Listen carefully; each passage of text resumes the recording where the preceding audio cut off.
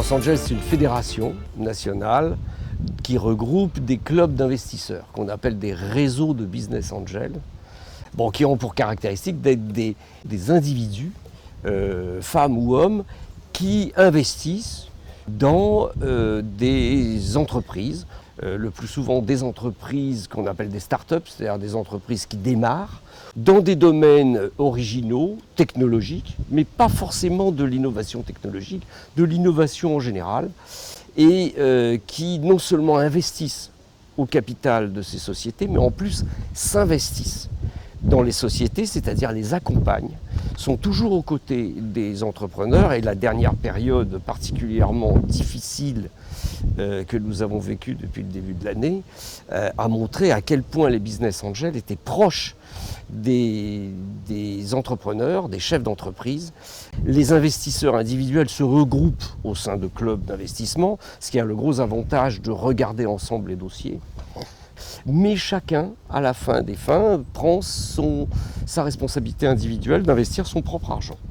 Et la fédération, c'est une fédération qui a pour objectif de faire passer les bonnes pratiques, de faire co-investir les réseaux ensemble, de promouvoir l'activité des business angels et d'intervenir auprès des pouvoirs publics pour promouvoir et pour avoir effectivement un certain nombre de facilités d'investissement, puisque nous voulons absolument recruter le maximum de personnes physiques pour investir dans les entreprises. Et vous savez à quel point dans notre pays les besoins en fonds propres sont importants.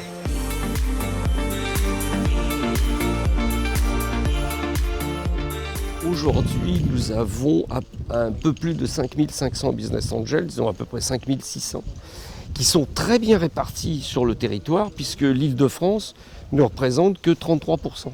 Nous sommes très intégrés dans le tissu des entreprises du territoire. On investit dans à peu près 250 entreprises par an, ce qui est assez considérable. En 2019, nous avions fait 42 millions à peu près d'investissements.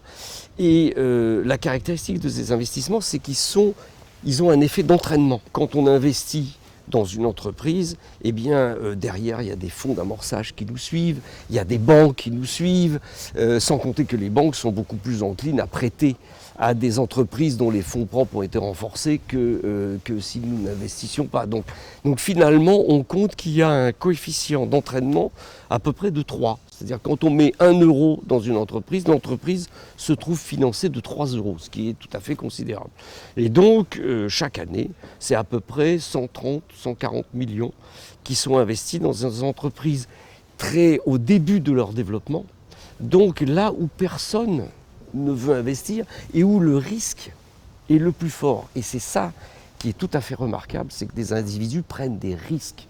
Le nombre de réseaux, pour finir sur les chiffres, et à peu près aujourd'hui, on doit avoir 63, 64 réseaux. Nous avons également des réseaux étrangers, francophones, qui adhèrent à la fédération. Le Québec, Bruxelles, etc.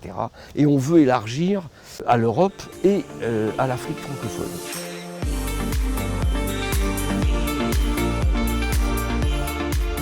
Je suis toujours à l'affût, personnellement, de boîtes qui ont des idées nouvelles, d'une originalité, un enthousiasme aussi, compte beaucoup l'enthousiasme du management. J'ai observé depuis, ça fait un bon moment que France Angels est associé à Startup Gold Challenge, et je trouve ça une initiative tout à fait intéressante. J'ai vu tout à l'heure des représentants de family office, peut-être de fonds de venture capitalistes, de fonds d'amorçage. On travaille tous ensemble. Je crois que cette initiative est un des éléments intéressants. On doit communiquer là-dessus et compter sur nous pour faire passer ça dans nos médias.